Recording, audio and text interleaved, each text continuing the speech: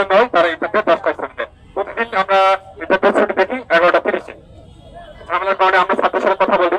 নাইম ভাই কথা বলতেছিল যে স্যার ওনাদের এখানে ছুটি দিলেন কেন? ছাত্রের কথা এরা এরকম যে তুমি তোমাদের মতো করো, ওরা ওদের মতো করবে, তোমরা তোমাদের দাবি করো, ওরা ওদের দাবি করবে। আমরা বলতেছিলাম স্যার এর যদি কোনো সমস্যা হয় এটা দায়িত্ব নেবে। ও এক কথাই বলে যে তোমরা তোমাদের মতো করো, ওরা ওনাদের মতো করো। সবাই এখানে বলে ফেললাম এরা না তালাক।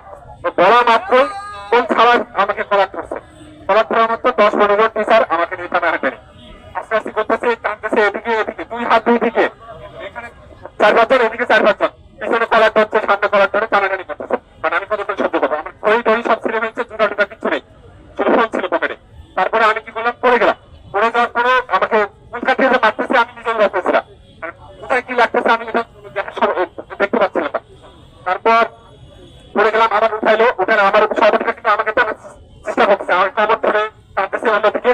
ওনারা এতটা মানে শক্তিশালী ছিল, 10-15 জন মিলে আমাকে ঘিরে ধরে টেনে নিয়ে যাচ্ছিল। আবার পড়ে গেছিলাম আমি, পড়ে গিয়ে দেখেন আমার এখানে রক্তাক্ত, এখানে ছাল গেছে, এখানে গেছে। তারপর টানাটানি করছে, এটা প্রমাণ হলো এই যে আমার এখানে দেখতে পাবেন, এখানে অসংখ্য নখের দাগ রক্ত হয়ে যাচ্ছে এখানে দেখেন কত স্পিডে চলছে। দেখেন এখানে এটা নখের দাগ আছে, এখানে প্রত্যেকটা নখ কিভাবে শান্তি দিয়ে আমাকে টানাটানি করছে ওনারা। এদিকে দেখেন এখানে দেখছে দাগ, তারপর এদিকে আপনাদের পড়ে গেছে, এখানে ব্যথা নড়তে পারতেছি না। তারপর আমাকে টেনে আসলে পরে নিয়ে গেল অফিস রুমে নিয়ে গিয়ে আমাকে বসালো 40-50